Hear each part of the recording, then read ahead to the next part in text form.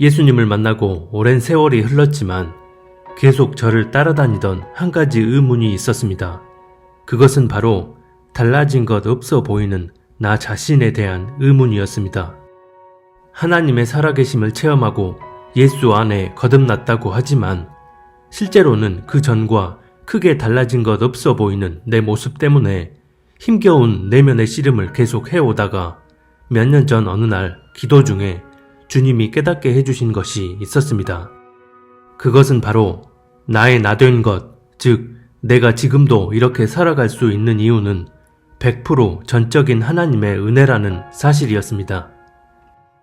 우리가 예수 믿고 거듭나게 되면 가장 본질적인 변화는 바로 나라는 사람이 어떤 사람인지, 즉 내가 얼마나 죄 많고 허물 많은 인간인지를 본질적으로 깨닫는 것입니다. 그것이 거듭난 사람의 변화의 본질입니다. 예수 믿고 거듭나기 전까진 나 자신의 진짜 모습에 대해 전혀 알지 못합니다. 스스로가 죄에 이끌려 죄의 종노릇하며 살고 있으면서도 본인은 전혀 인식하지 못합니다. 오히려 스스로 의롭고 착하게 살았다고 생각하기도 합니다. 하지만 예수 믿고 거듭나게 되면 그동안 내가 어떤 사람이었고 어떻게 살아왔었는지를 뼈저리게 자각하게 됩니다. 흔히들 예수 믿고 거듭나면 갑자기 모든 것이 한 변에 확 변해서 순식간에 전혀 다른 사람이 되는 것으로 생각하는 이들이 많습니다. 그렇기 때문에 거듭났음에도 불구하고 왜 나는 이렇게 달라진 게 없고 여전히 죄는 내 안에 들끓고 있는지 이해하지 못하고 때론 힘겨워합니다. 하지만 그게 결코 아닙니다. 예수 믿고 거듭나게 되면 가장 본질적인 변화는 나라는 존재가 얼마나 더럽고 죄 많은 존재인지를 스스로 뼈저리게 자각하게 되는 것인데 그 자각은 거듭난 이후의 삶에서도 계속 이어지게 됩니다.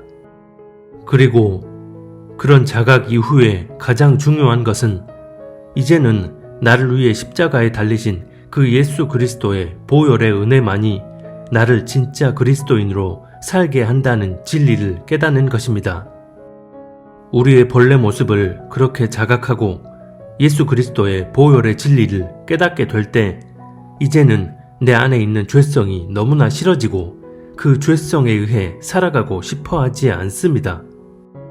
그래서 처음엔 스스로 의로워지려고 하는 등 시행착오를 겪기도 하고 죄성에 의해 반복해서 넘어지기도 하지만 내 힘으론 결코 의롭게 될 수 없다는 사실을 깨닫고 그럴수록 주님만 더욱 바라보고 의지하며 주님이 이끄시는 대로 순종하며 나아갑니다.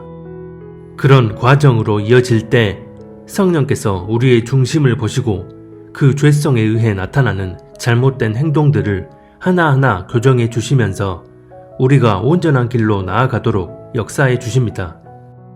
예수 믿고 거듭남으로 인해 숨쉬는 것 빼고는 죄만 짓는 허물 많은 인간이란 사실과 내 힘으론 아무것도 할 수 없는 존재임을 깨닫게 되면 그때 비로소 내가 하려는 게 아니라 주님만 의지하면서 내 안에 있는 죄성과 자아를 날마다 주님께 의탁하고 나아감으로써 주님 뜻대로 그렇게 한 걸음 한 걸음 전진해 나가는 것입니다.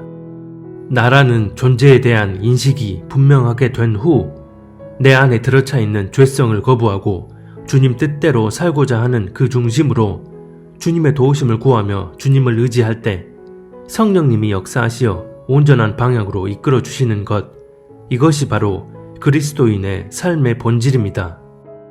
이 과정이 반드시 수반되어야 합니다.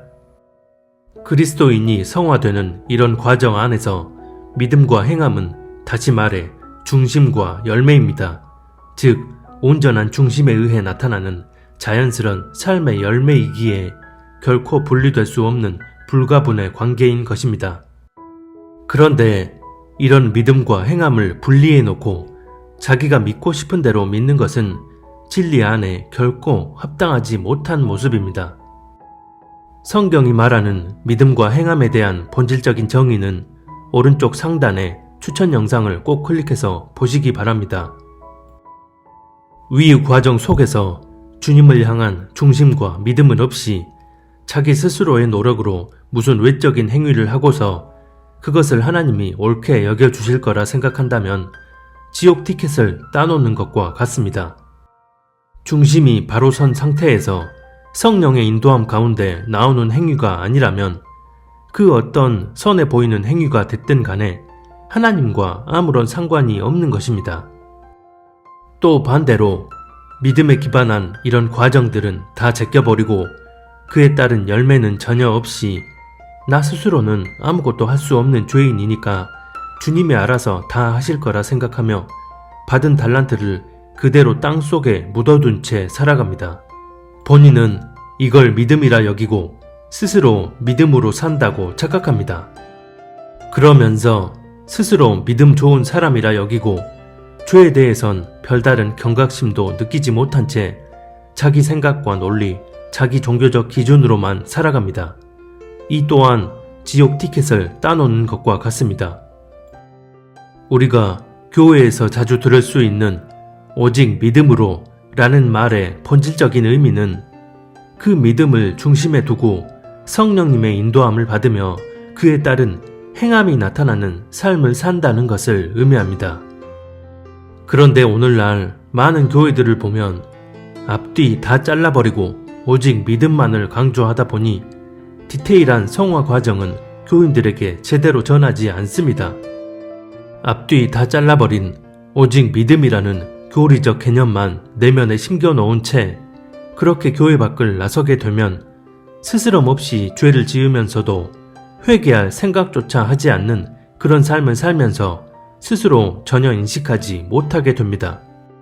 반대로 행위에 대한 교리적 기준만 마음에 심겨지면 교회 안에서의 활동만을 본질적으로 강조하면서 교회에서 하는 이런저런 종교 행위들만으로 스스로 하나님 앞에 합당한 신앙생활을 하고 있다고 착각하게 됩니다. 특히 교회 담임 목사나 소속 사역자들이 교회에서의 섬김과 봉사를 해야지만 천국 갈 수 있다는 식으로 말하면서 종교 행위들을 강요함으로써 성도들에게 무거운 짐을 안겨주는 경우도 굉장히 많습니다. 예수님이 진정 교회의 머리가 되신다면 교인들이 예수님과 살아있는 관계를 가질 수 있도록 그 방향을 잘 가르쳐 주는 것이 교회 공동체가 존재하는 본래의 목적인데 시스템 안에서 교회를 운영하는 것 자체가 목적이 되고 본질이 돼버림으로써 소경이 소경을 인도하는 비극적인 상황이 초래되는 것입니다. 이사야서 9장 16절에 보면 백성을 인도하는 자가 그들을 미혹하니 인도를 받는 자들이 멸망을 당한다고 말씀합니다. 이런 일이 한국교회 안에서 전반적으로 일어나고 있는 일이라 참으로 안타까운 마음이 듭니다. 진짜 중심이 확실하다면 그 중심에서 기반된 믿음의 행함은 자연스러운 열매로 나오게 됩니다. 이것이 바른 성경적 진리입니다. 혹시나 지금 나는 정말 주님 뜻대로 잘하고 싶고 잘 살고 싶은데 자꾸 죄만 짓는 본인의 나약하고 더러운 모습 때문에 주님을 위해 아무것도 하지 않는 초라한 내 모습 때문에 마음이 어려운 분들이 있다면 기뻐하시기 바랍니다. 스스로를 그렇게 바라볼 수 있다는 것이 바로 주님 안에서 온전한 길로 나아갈 수 있는 큰 기틀이 마련된 것과 같습니다. 이제 반드시 본인의 모습 그대로를 가지고 주님 앞에 나아가 그 중심을 들이시기 바랍니다.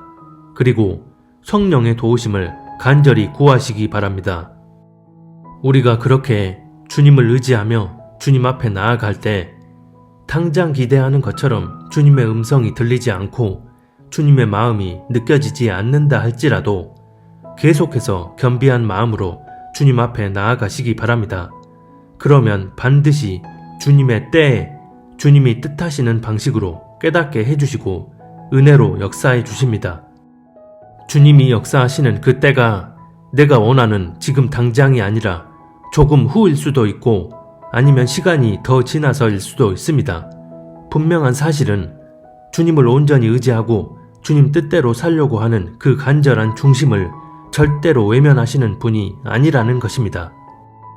우리가 끝까지 포기하지 않고 변함없는 중심으로 주님 앞에 나아갈 때 주님은 당신의 때에 당신의 마음과 뜻을 반드시 나타내시고 크신 은혜와 능력으로 우리를 온전한 길로 인도해 주실 것입니다.